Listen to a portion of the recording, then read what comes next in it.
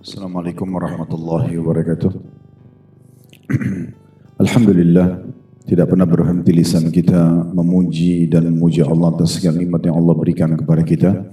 Termasuk yang Allah berikan kepada kita satu hari lagi umur di hari ini, di mana kita sebagai orang-orang yang beriman harusnya memaksimalkan di atas ketaatan kepada Allah Subhanahu wa ta'ala yang merupakan tujuan kita diciptakan di muka bumi ini.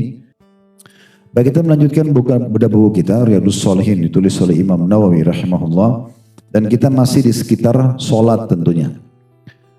Di bab yang 195 ini membahas masalah bab keutamaan solat-solat sunnah rawatib yang mengiringi solat fardu.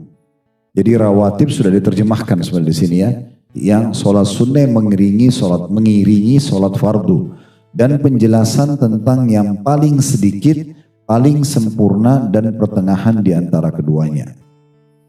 Hadis pertama yang kita akan bahas pada kesempatan ini adalah hadis nomor 1104. Dari awal kita belajar tentunya, berbunyi dari Ummul Mukminin Ummu Habibah Ramlah binti Abu Sufyan radhiyallahu anhuma, beliau berkata, saya mendengarkan Rasulullah sallallahu alaihi wasallam bersabda, "Ma min 'abdin muslimin yusalli lillahi ta'ala kulla yawmin 12 rak'ah tatawwu'an ghaira al-fariidha illa banallahu lahu baitan fil jannah aw illa bunya lahu baitun fil jannah." Tidak ada seorang hamba muslim yang sholat karena Allah Ta'ala, sholat sunnah sebanyak 12 rakaat selain yang fardu setiap harinya, melainkan Allah akan membangunkan untuknya sebuah rumah di surga, atau melainkan akan dibangunkan untuknya sebuah rumah di surga. Hadits ini tidak berdiri sendiri tentunya, kita akan bacakan sekaligus hadits nomor yang kedua dalam bab kita, urutan 1105, nanti sekalian kita ambil pelajaran-pelajarannya seperti biasa.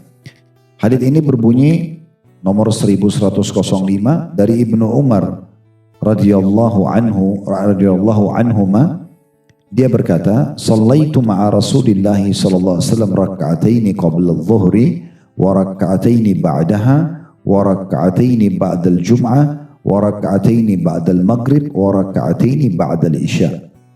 Saya sholat bersama Rasulullah SAW 2 rakaat sebelum duhur. Ini berarti 2 rakaat sekarang, dan 2 rakaat sesudahnya, berarti 4 rakaat. 2 rakaat setelah sholat Jumat, kemudian 2 rakaat setelah maghrib, dan 2 rakaat setelah isya. Jadi kalau digabungkan jumlahnya 12. Jumlahnya 12 ya. Bagaimana seorang muslim dianjurkan untuk menjaga sholat-sholat sunnahnya. Dan sudah kita pelajari sebenarnya ya, dari bab-bab sebelumnya tentang pentingnya sholat sunnah. Di antara manfaat ibadah sunnah, sholat sunnah, puasa sunnah, ya, kemudian sedekah, umroh, itu kan sunnah ya. Nah ini dia nanti akan membantu amal-amal wajib Bapak Ibu di hari kiamat kalau kurang. Ya, kalau masih ingat hadisnya, kata Nabi Muhammad SAW, awal amal dihisab hari kiamat adalah sholat. Kalau dia baik, maka beruntunglah orang tersebut. Dalam riwayat lain, maka akan membantu amal-amal lain. Dan kalau sholatnya rusak, maka rugilah dia atau akan merusak atau mengganggu amal-amal yang lain. Lalu apa kata Nabi SAW melanjutkan hadisnya? Dan kalau sholat wajibnya ada yang kurang, maka Allah Azza wa Jalla akan berfirman kepada para malaikatnya, coba lihat sholat-sholat sunnahnya. Kalau ada, sempurnakanlah sholat wajibnya. Sempurnakanlah sholat wajibnya. Dan kata Nabi SAW, itu berlaku pada amal-amal yang lain. Jadi semua sholat sunnah Bapak Ibu, kayak sholat sunnah rawatib tadi ya, sholat qobliyah, ba'diyah, kemudian sholat duha, sholat tahajud, sholat wudu, tahiyat masjid, sholat taubat, itu nanti bisa membantu kekurangan sholat wajib kita di timbangan amal kalau ada yang kurang. Mungkin Bapak Ibu lupa wudu, mungkin lupa bacaannya, mungkin lupa rakaatnya, ada yang kurang-kurang, maka itu dibantu dengan amal-amal sunnahnya gitu ya. Terus kalau ada yang bertanya, kalau misalnya sholat saya sudah sempurna Ustadz yang wajib, ya udah amal sunnahnya menambah menambah derajatnya nanti di surga karena menambah nilai poin atau pahalanya gitu ya. Dan begitu juga dengan puasa sunnah, Senin, Kamis, Ayyamul Bid, sekarang ada bulan Syawal, 6 hari bulan Syawal misalnya. Semua itu akan membantu kalau ada kekurangan puasa Ramadan. Begitu juga dengan sedekah akan menyempurnakan kekurangan zakat. Begitu juga dengan umroh akan menyempurnakan kekurangan haji. Jadi amal-amal sunnah ini manfaatnya sangat besar, gitu kan? Itu juga dengan hadis yang lain, amal-amal sunnah ini Bapak Ibu sekalian akan mendatangkan cinta Allah kepada kita. Dan kalau Allah sudah mencintai kita, berarti semua kebutuhan akan dipenuhi dan kita akan dilindungi oleh Allah Subhanahu wa taala. Di dalam hadis yang sahih, ini tidak asing, sudah pernah kita sampaikan hadisnya, saya ingatkan lagi. Tentu Nabi SAW bersabda berhubungan dengan masalah ibadah-ibadah sunnah ini, itu akan sangat bermanfaat bagi kita. Kata beliau, subhanallah saya terlupa hadisnya.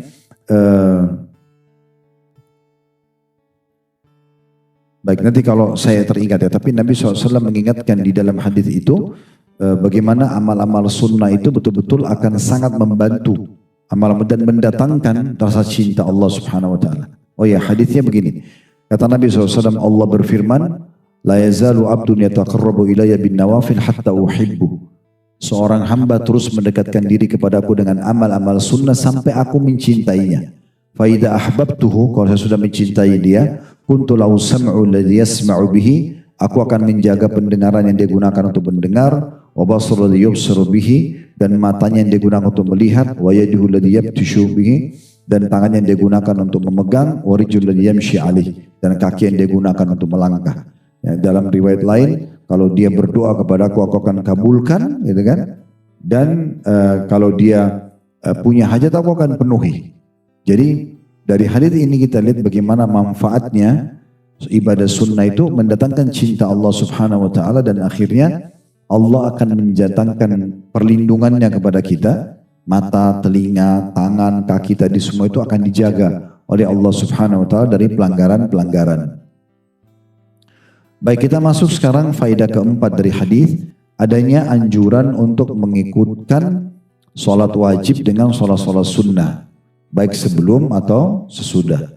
Di sini dalam hadis ini disebutkan 12 rakaat. 12 rakaat ini sebenarnya dirincikan nanti ada juga di bab setelahnya ya. Nanti akan kita paparkan hadisnya insyaallah di bab setelahnya. Namun yang paling tepat adalah dia 2 rakaat sebelum subuh. Antara azan dan iqamah subuh, dikenal dengan sunnatul fajr. Kata Nabi SAW, 2 rakaat fajr lebih baik daripada dunia dan seluruh isinya. Ini 2. Kemudian ada 4 rakaat sebelum duhur. Tadi sholat duhur 4 rakaat sebelumnya. Berarti kalau digabung dengan 2 rakaat sebelum subuh sudah 6. Lalu 2 rakaat sesudah duhur, yang kita tadi kerjakan duhur, 2 rakaat sesudahnya, berarti kalau digabung sudah 8. 2 rakaat sesudah maghrib itu berarti 10, dan 2 rakaat sesudah isya itu berarti 12. Nah ini pendapat yang paling kuat menyebutkan tentang jumlah 12 rakaat itu. Nah ada yang menyebutkan tentang masalah hadits nomor 1105 tadi, yang sudah saya bilang, saya bacakan dan ada korelasinya gitu ya. Dan ini kita bisa ambil faedah tambahan dari hadits ini, yaitu keutamaan Ibnu Umar radhiyallahu anhuma, karena beliau yang menukil kepada kita perkataan ini ya.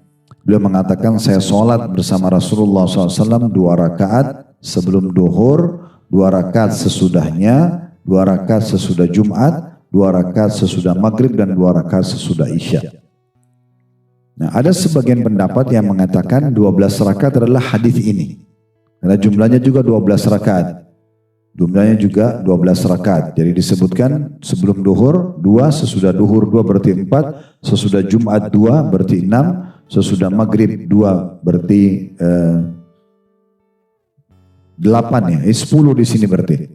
Kemudian sesudah isya 2 rakaat. Di sini 10. Ada pendapat juga yang mengatakan bahwasanya sunnah rawatib adalah 10 rakaat dari hadis ini. Ya, dari hadis ini. Tapi pendapat yang mengatakan 12 rakaat di hadits nomor 1104 itu lebih tepat. Nanti akan kita bacakan di bab setelahnya ya. Nanti di bab setelahnya itu ada keterangan tentang sholat sunnatul fajr. Tadi yang kita sebutkan antara azan dan iqamah itu. Kemudian juga nanti ada keterangan tentang sholat sunnah zuhur di bab nomor 199. Ada sholat sunnah asar, ada sholat sunnah sebelum dan sesudah maghrib, dan ada sholat sunnah sebelum dan sesudah isya. Dan ada sholat sunnah Jumat, itu dari bab-bab atau bab-bab yang akan kita bahas setelah ini nanti. Ya. Baik, kita kembali kepada hadits kita dulu. Saya ulangi, jadi dari hadits nomor 1104, pelajarannya tadi adanya anjuran menjaga 12 rakaat sebelum sholat wajib ya, dan sesudahnya. Kemudian di hadits nomor 1105 itu ada pendapat yang mengatakan ya, ini juga termasuk dalam sunnah rawatib, tapi jumlahnya hanya 10 disebutkan, hanya 10 rakaat. Terakhir faedahnya bisa kita ambil dari nomor hadis 1104, berarti faedah yang keberapa? Yang kelima ya? Kelima atau keenam? Yang kelima. Bahwasanya balasan menjaga sholat sunnah rawatib 12 rakaat yang sudah kita sebutkan tadi akan mendapatkan istanah di surga. Tentu di sini terjemahan rumah itu lebih sederhana, harusnya dia memang istana. Karena memang di surga itu semuanya sudah istana, bangunan yang besar, bangunan yang mewah. Ya, karena tempat-tempat di surga itu kalau kita lihat dalam surah Ar-Rahman, surah Al-Waqi'ah, memang digambarkan istana yang sangat mewah, sangat besar dan banyak sekali hadits-hadits Nabi SAW yang menjelaskan tentang kemewahan surga itu sendiri. Baik, kita masuk hadits 1106 ya. Karena 1105 tadi sudah sempat kita singgung ya. Hadits nomor 1106 berbunyi dari Abdullah bin Mughaffar radhiyallahu anhu, beliau berkata Rasulullah SAW bersabda, "Baina kulli adzanaini shalah, baina kullu adzanaini shalah, baina kullu adzanaini shalah, qala fi tsalitsati liman syaa." Kata Nabi SAW, di antara setiap dua azan, maksudnya antara azan dan iqamah ada sholat sunnah. Nabi ulangi lagi, di antara setiap dua azan, maksudnya azan dan iqamah ada sholat sunnah. Dan tiga kali Nabi ulangi, dan di antara azan dan iqamah atau dua azan ada sholat. Lalu beliau bersabda setelah menyebutkan 3 kali, bagi yang menghendakinya. Hadis ini diriwayatkan oleh Bukhari dan juga Muslim.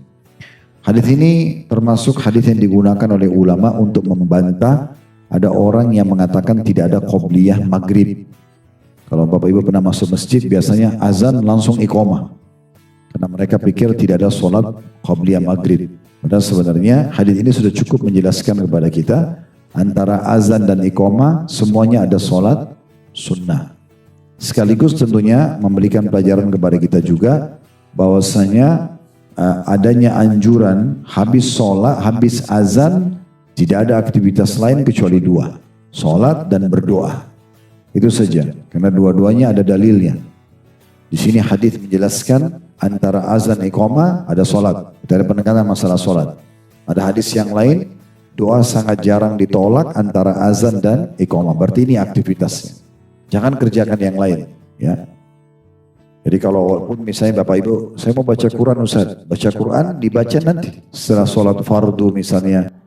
Azan iqamah ini maksimalkan. Sholat qobliyah dan doa. Udah perpanjang doanya, gitu kan. Kalaupun masih ada waktu, itu jauh lebih tepat. Walaupun baca Qurannya mulia, tapi lebih tepat berdoa. Mirip dengan Arafah, kalau orang lagi haji. Jadi apalagi habis asar berterbenam matahari. Kalau di situ kata sebagian ulama ada orang mau milih antara berdoa, antara berzikir, antara baca Quran, maka tetap dikatakan berdoa. Karena kata Nabi SAW, doa yang terbaik adalah doa hari Arafah. Maka doa yang dibaca. Nah seperti itulah. Ini faedah dari hadis nomor 1106 gitu ya. Jadi ada 2 tadi ya. Yang pertama hadis ini sebagai bantahan bagi orang yang menganggap tidak ada qobliyah maghrib. Ya. Kemudian yang kedua, adanya penekanan agar setiap muslim ya, menjaga sholat dan juga doa di antara azan dan iqamah. Baik, kita pindah ke bab 196. Bab penegasan sholat sunnah subuh 2 rakaat. Nah ini tadi saya bilang kan, ada rincian dari 12 rakaat yang awal tadi kita sebutkan di nomor 1104. Di situ mungkin nomor urutnya perlu kita perbaikin ya. Dia 1107 harusnya. 1107. Mungkin ini sama salah cetak saja. Jadi kan ditulis 1100 ya. Ya. Jadi yang kosong terakhirnya diganti angka 7 aja. Baik. Di sini hadis nomor 1107 di halaman 711 ya. Berbunyi dari Aisyah, di sini kita bisa bilang juga Ummul Mukminin radhiyallahu anha.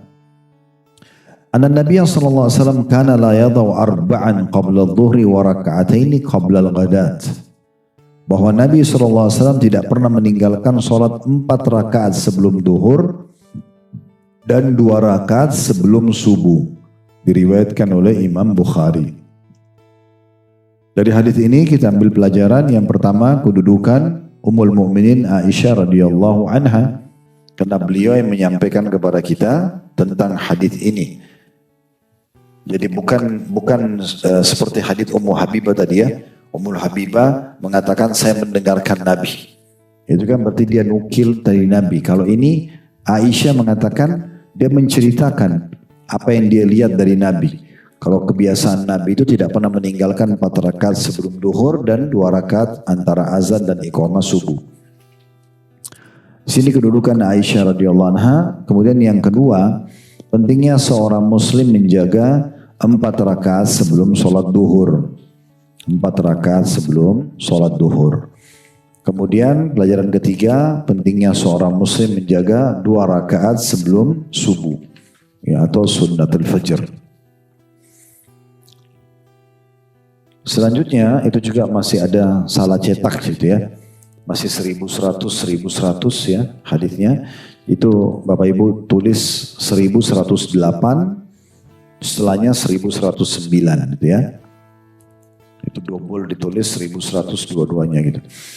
Baik, 1108 masih dari Ummul Mukminin Aisyah radhiyallahu anha. Beliau berkata, "Lam yakunin Nabiy sallallahu alaihi wasallam ala syai'in minan nawafil ashadda ta'ahudan minhu ala raka'atil fajr."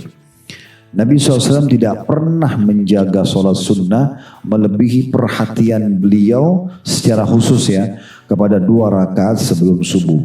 Hadis ini diriwayatkan oleh Bukhari dan juga Muslim. Dari hadis ini nomor 1108, tolong yang pegang bukunya diubah ya. Situ masih urutan 1100. Di sini kita ambil pelajaran yang pertama, kedudukan Ummul Mukminin Aisyah radhiyallahu anha, karena sekali lagi beliau menukil apa yang beliau ketahui dari Nabi sallallahu alaihi wasallam. Kemudian yang kedua, pelajaran yang bisa diambil, kedudukan 2 rakaat sunnatul fajr.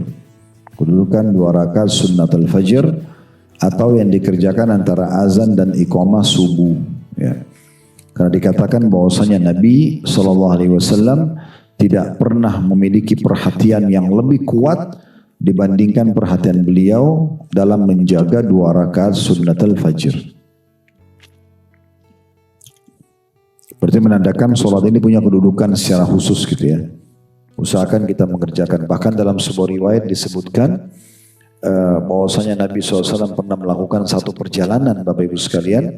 Kemudian beliau ketiduran dengan seluruh pasukannya. Tidak terbangun kecuali matahari terbit. Dan cahaya matahari mengenai wajah beliau yang mulia. Maka pada saat itu Nabi bangun. Lalu Nabi SAW bangunkan semua sahabat untuk sholat ya, subuh. Beliau suruh Bilal azan, tetap sholat sunnatul fajr dulu, baru sholat subuhnya. Padahal sudah terbit matahari. Saking pentingnya kedudukan sholat sunnatul fajr. Lalu beliau bersabda, Sesungguhnya tempat ini semalam dipenuhi oleh syaitan, sehingga akhirnya tertidur, dia tidak bangun gitu. Ya seperti itulah. Tapi kita sedang membahas kedudukan solat sunnah al-fajr. Hadis nomor 1109 ini menjelaskan tentang keutamaan solat sunnah al-fajr. Dua riwayat sekaligus di satu nomor urut. Masih dari Ummul Mukminin Aisyah radhiyallahu anha, dari Nabi SAW beliau bersabda, raka'atal fajr khairu minad dunya wa ma fiha. 2 rakaat sebelum subuh lebih baik daripada dunia dan seluruh isinya. Hadis riwayat Muslim. Dalam riwayat lain, lahuma ahabbu ilayya minad dunya jami'a. Sungguh kedua rakaat ini lebih aku sukai daripada dunia semuanya. Dari hadis ini kita ambil pelajaran kedudukan sholat sunnatul fajr, ya. Dan bagaimana bobotnya itu lebih baik daripada dunia dan seluruh isinya. Ya, kita bisa bayangkan mungkin kalau ada orang di daerah Martimbang ini aja misalnya, dia punya seluruh wilayah di sini, anggap misalnya ada 100 rumah atau 300 rumah atau lebih dari itu mungkin dengan rumah, semua milik dia. Saya kira mungkin dianggap orang kaya. Atau orang kalau memiliki di seluruh wilayah Jakarta Pusat misalnya dengan Kebayoran, Lama, Baru dan seterusnya, semua dimiliki, semua pusat punya dia. Itu saya yakin orang itu sangat kaya gitu. Punya semua wilayah itu punya dia. Bagaimana kalau dia memiliki 5 wilayah Jakarta ini punya dia semua? Ya timur, ya barat, ya utara, ya selatan, ya sebuah pusat, semua punya dia. Saya yakin sudah disepakati orang itu kaya kalau seluruh punya dia. Setiap bidang tanya punya dia, semuanya punya dia di situ. Itu baru kita bicara lingkup di Jakarta. Belum kita bicara kalau Jabodetabek, belum kita bicara kalau Jawa Barat, belum kita bicara kalau seluruh Jawa, belum kita bicara kalau seluruh Indonesia, belum kita bicara kalau Asia Tenggara, belum kita bicara kalau seluruh Asia. Kalau kita melangkah lagi dengan benua Australia, kemudian Afrika, kemudian Amerika, kemudian Eropa, semua milik dia. 2 rakaat fajar yang Bapak Ibu kerjakan cuma 2 menit sampai 3 menit, di hari kiamat nanti kalau kita dikasih pahalanya lebih mahal dan lebih besar daripada dunia semua ini. Awalnya kita karena besarnya balasan didapatkan. Makanya Nabi SAW sangat menjaga dan berhati-hati sekali jangan sampai ketinggalan. Ya, karena ada sebagian orang salah paham itu. Dia pikir karena dia telat bangun sudah terbit matahari, dia nggak sholat sunnah. Dia langsung sholat subuh. Padahal sebenarnya sholat sunnah fajar tetap dikerjakan walaupun sudah terbit matahari. Ya. Jadi memang harus tetap dikerjakan itu ya, walaupun dia sunnah. Itu dicontohkan oleh Nabi SAW. Tentu kita tidak seharusnya seorang muslim dan muslimah tidak menganggap remeh masalah ini. Jangan berarti boleh dong. Yang diambil adalah boleh orang sholat setelah terbit matahari. Bukan itu. Kalau sampai orang kebablasan bukan dia sengaja tertidur subhanallah dengan capek atau memang syaitan membuat tertutup kupingnya tidak mendengarkan azan, tetap dia kerjakan sholat sunnatul fajr. Karena orang yang lewat subuh dia tidak dengar azan itu kupingnya dikencingi oleh syaitan. Begitu kata Nabi SAW waktu ditanya oleh beberapa sahabat, bagaimana pendapat anda dengan orang yang tertidur pada saat sholat subuh? Kata Nabi SAW, itu adalah orang-orang yang kupingnya dikencingi oleh syaitan.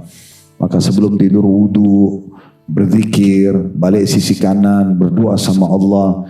Insya Allah biar kita tidur cuma 1 jam, itu bisa bangun. Allah buat kita mendengarnya gitu ya. Tapi kalau orang tidur dalam kondisi lalai, tidak ada zikrullah, tidak ngikutin sunnah Nabi balik sisi kanan, tidak juga wudu, maka ini kemungkinan bisa terlewatkan bagi dia.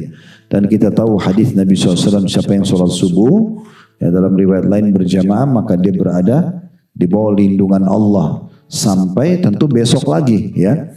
Dan kata Nabi SAW, jangan seseorang dari kalian terlepas dari lindungan Allah.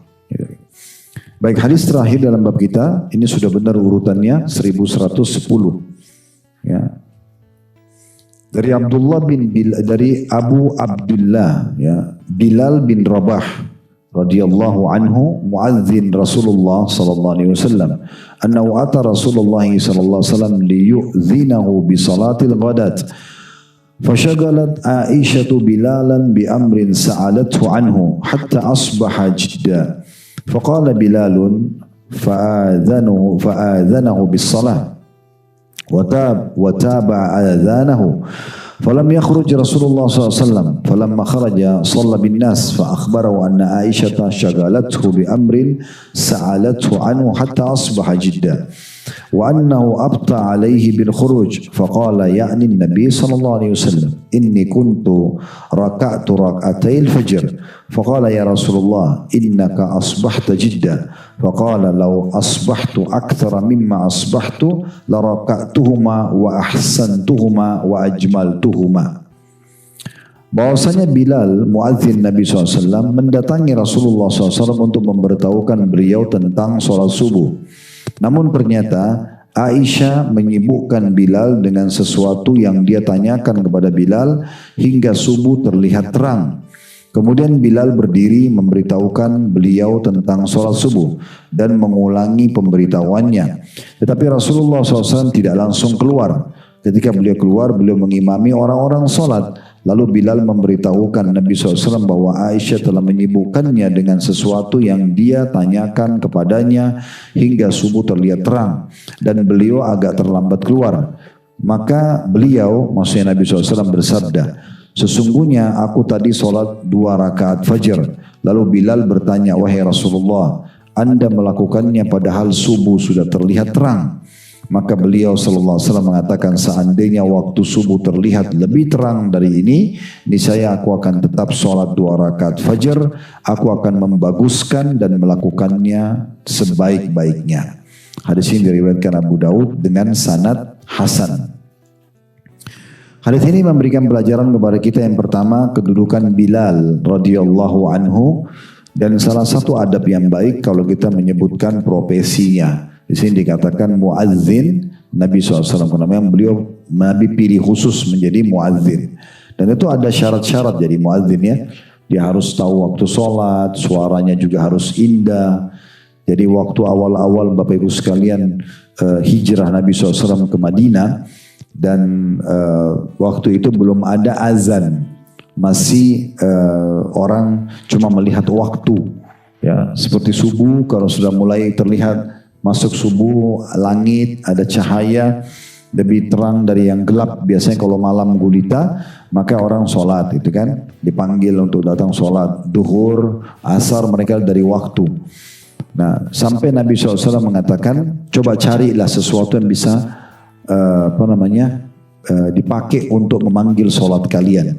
Maka ada sahabat yang sempat berpikir mau cari trompet seperti trompetnya orang Yahudi di Madinah supaya panggil orang sholat. Ada juga sahabat yang mau mencari lonceng seperti loncengnya orang-orang Nasrani gitu ya. Sampai akhirnya ada satu sahabat namanya Abdullah, dia tidur, kemudian dia mimpi, dalam mimpi dia lihat ada seseorang membawa lonceng. Lalu dia bilang dalam mimpi, tapi dalam mimpi nggak bisa diatur ya. Cuma dia langsung bilang, bisa nggak kamu jual lonceng itu kepada saya? Lalu orang yang dalam mimpi itu mengatakan, untuk apa lonceng itu? Dia bilang untuk memanggil sholat kami. Maka orang itu mengajarkan Abdullah sambil mengatakan, mau nggak saya tunjukkan kepadamu sesuatu yang lebih baik daripada lonceng ini? Lalu diajarkanlah lafaz azan.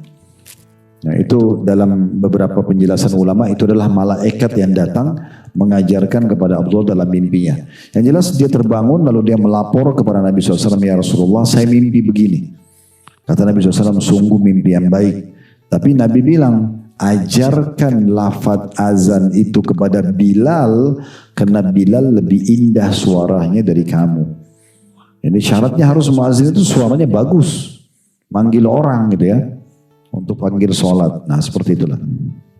Itu pelajaran pertama tentang Bilal radhiyallahu anhu. Pelajaran kedua, pentingnya ya seorang istri justru mendukung suami dalam kegiatan-kegiatan ibadah. Ya, bukan justru menyibukkan. Di sini kan Bilal waktu datang ke rumah Nabi mau menyampaikan ke Nabi waktu subuh sudah masuk, tapi Aisyah ya masih sempat bertanya kepada Bilal beberapa hal sampai Bilal terlambat juga menyampaikan ke Nabi gitu ya. Dan akhirnya membuat terlambat. Walaupun di sini Aisyah bukan istri Bilal, tapi dia statusnya sebagai istri Nabi. Dan muadzin datang untuk mengingatkan Nabi SAW kalau subuh sudah masuk ya Rasulullah, imami kami gitu ya. Tapi karena tadi Bilal tersibukkan dengan pertanyaan beberapa Aisyah, dan akhirnya dia telat menyampaikan kepada Nabi dan langit sudah sedikit terang. Sementara perlu diketahui juga karena Nabi SAW adalah imam resmi di masjid beliau. Beliau selalu jadi imam karena memang beliau seorang Nabi, pasti jadi imam, dan juga beliau jadi pemimpin negara di saat itu, maka beliau jadi imam. Nah, kalau azan itu adalah haknya muadzin, haknya muadzin. Waktu sholat masuk, muadzin azan tidak perlu ada yang suruh lagi. Itu memang tugas dia. Tapi iqamah sholat itu haknya imam. Iqamah sholat haknya imam. Muadzin nggak boleh iqamah sampai imamnya datang. Itu hukum syari'inya, ya. Kecuali misalnya sudah disepakati, misalnya imamnya bilang nanti pakai jam digital, kan kita sekarang jam digital. Nanti kalau sudah lewat 10 menit saya nggak datang, nggak apa-apa diganti imam lain. Nah, oke boleh. Kalau enggak jangan iqamah. Itu dicontohkan oleh Nabi SAW. Makanya sahabat walaupun matahari sudah mulai agak terang, Bilal tidak iqamah sampai Nabi datang. Dan di saat Nabi SAW datang, ya, Nabi kerjakan sholat sunnatul fajr. Makanya Bilal setelah selesai Nabi SAW tanya, ya Rasulullah, Anda masih kerjakan sholat sunnah ini sementara sudah terang. Kata Nabi SAW, kalau langit lebih terang lagi dari ini, berarti menandakan belum terbit maksimal matahari, ya, waktu itu. Kalau langit lebih terang lagi dari ini, maksudnya sudah terbit maksimal matahari, tetap saya akan memperindah dan mengerjakan sholat sunnatul fajr ini. Ya. Pelajaran yang ketiga, kedudukan sholat sunnatul fajr dan dianjurkan tetap dikerjakan,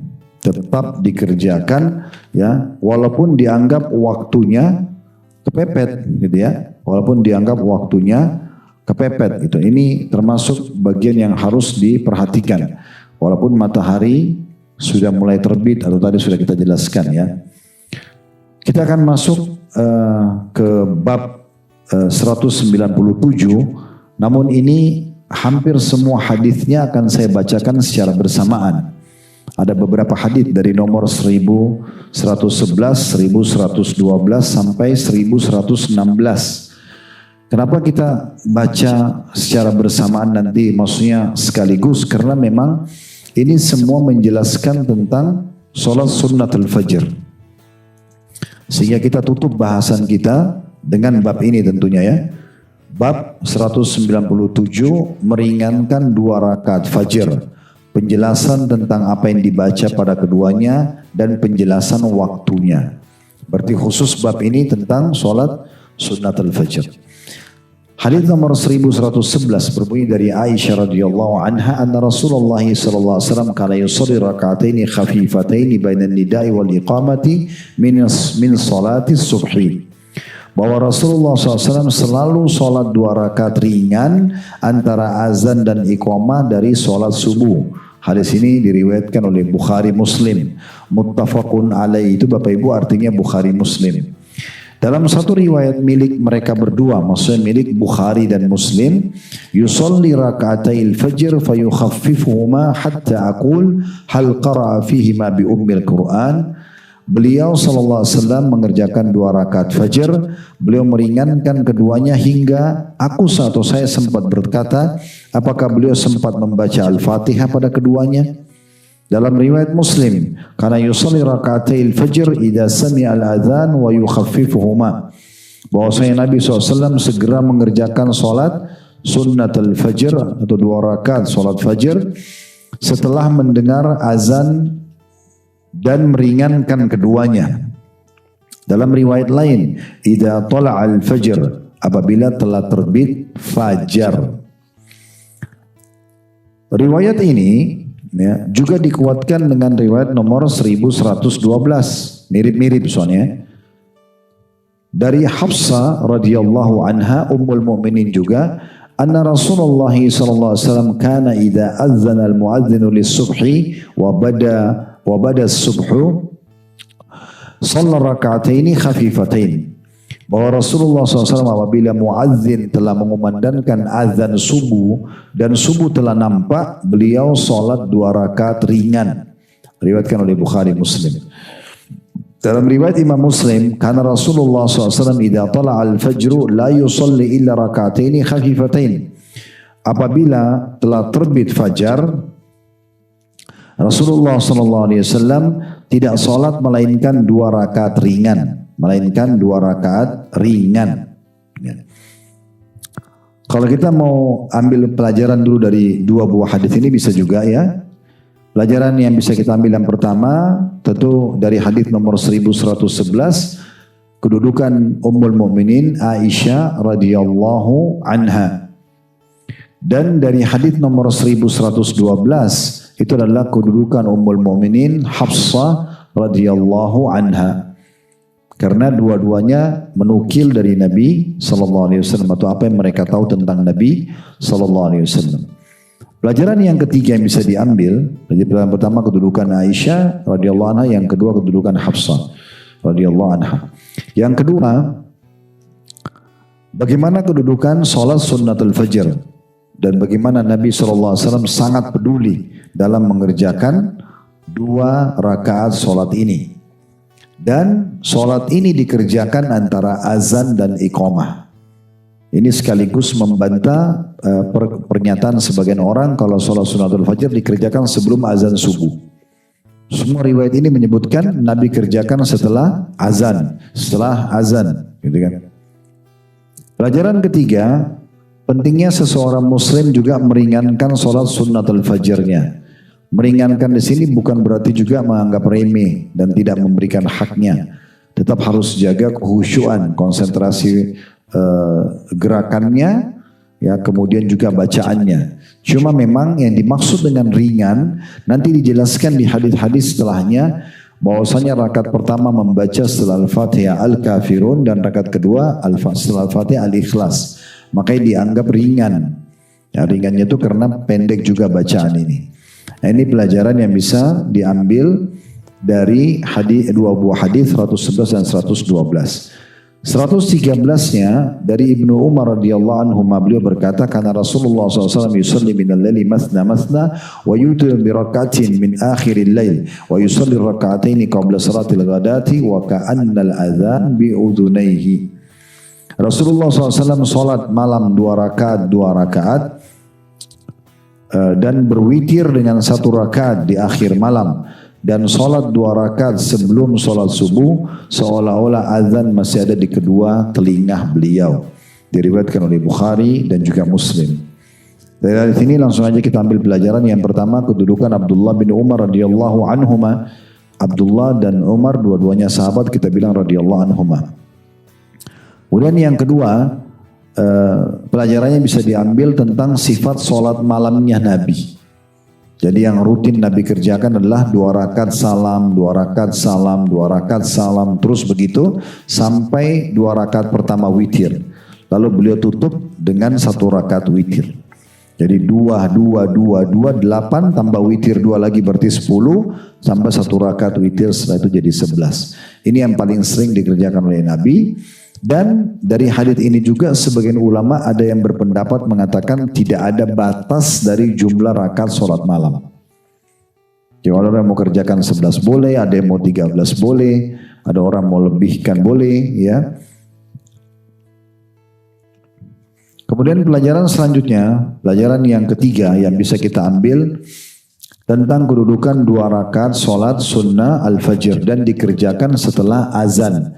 Yang dimaksud dengan potongan riwayat ini seakan-akan azan masih ada di kedua telinga beliau, maksudnya azan baru selesai. Azan baru selesai. Kan kalau azan baru selesai kayak masih terngiang-ngiang gitu ya. Nah, seperti itu yang dimaksudkan. Berarti memang sholat sunnatul fajr dikerjakan setelah azan, bukan sebelum azan.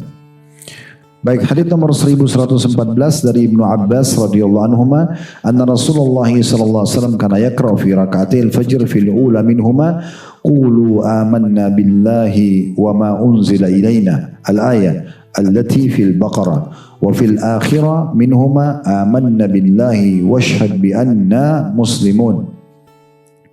Dari surah Al-Imran ayat 52. Kata Ibnu Abbas radhiyallahu anhu bahwa Rasulullah SAW biasa membaca dalam 2 rakaat fajr. Pada rakaat pertama yaitu potongan ayat qulu amanna billahi wa ma unzila ilaina dalam surah Al-Baqarah. Yaitu terjemahnya, katakan wahai orang-orang beriman, kami beriman kepada Allah dan apa yang diturunkan kepada kami. Al-Baqarah 136. Dan pada rakaat kedua beliau membaca Al-Imran ayat 52 yang berbunyi amanna billahi washhad bi anna muslimun. Kami beriman kepada Allah dan saksikanlah bahwasanya sesungguhnya kami orang-orang yang berserah diri kepada Allah. Dalam riwayat lain, wa fil akhirati allati fi al-Imran ta'alu ila kalimatin sawa'in bainana wa bainakum. Pada rakaat kedua salat sunnatul fajr, beliau membaca Al-Imran ayat 64 yang terjemahnya, mari berpegang kepada satu kalimat atau ketetapan yang tidak ada perselisihan antara kami dengan kalian. Diriwayatkan oleh Imam Muslim. Dari hadis ini kita ambil pelajaran bahwasanya kedudukan Abdullah bin Abbas radhiyallahu anhuma, karena beliau menukil kepada kita tentang ini. Kemudian pelajaran yang kedua yang bisa diambil bahwasanya bolehnya seseorang membaca di 2 rakaat sunnatul fajr, yang rakaat pertamanya Al-Baqarah 136 dan rakaat keduanya Al-Imran 52 atau Al-Imran 64. Dan ini juga berarti menandakan walaupun nanti 2 hadis terakhir penutupan 115-116 menyebutkan rakaat pertama Al-Kafirun, rakaat kedua Al-Ikhlas, berarti dengan adanya riwayat nomor 114 boleh kita baca surah lain. Boleh kita baca surah lain. Jadi misalnya Bapak Ibu mau sholat sunnatul fajr, setelah Al-Fatihah mau baca Inna Atayna, boleh. Rakaat kedua mau baca Wal Asr, boleh. Rakaat pertama mau baca Al-Masad, Tabbat Yada misalnya. Rakaat kedua mau baca At-Tin, boleh, enggak masalah. Tapi kalau mau mengikuti lebih afdalnya, ya ikutin hadits-hadits ini tentunya. Tapi boleh kita variasikan, memilih surah-surah yang kita baca. Baik, 2 hadis terakhir 115 dan 116. 115-nya dari Abu Hurairah radhiyallahu anhu, anna Rasulullah sallallahu alaihi wasallam qara'a fi raka'atil fajr qul ya ayyuhal kafirun wa qul huwallahu ahad. Bahwa dalam 2 rakaat fajr Rasulullah SAW membaca qul ya ayyuhal kafirun, surah Al-Kafirun, dan qul huwallahu ahad, surah Al-Ikhlas, diriwayatkan oleh Imam Muslim.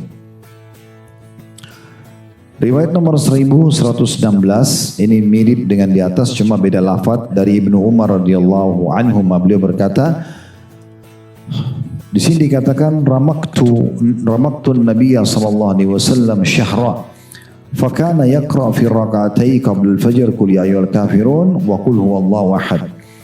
Saya memperhatikan Nabi SAW selama sebulan penuh. Ternyata dalam 2 rakaat sebelum subuh beliau membaca di rakaat pertama qul ya ayyuhal kafirun, surah Al-Kafirun, dan rakaat kedua qul huwallahu ahad atau surah Al-Ikhlas. Diriwayatkan Tirmidzi dan beliau mengatakan hadis ini adalah hadis yang hasan.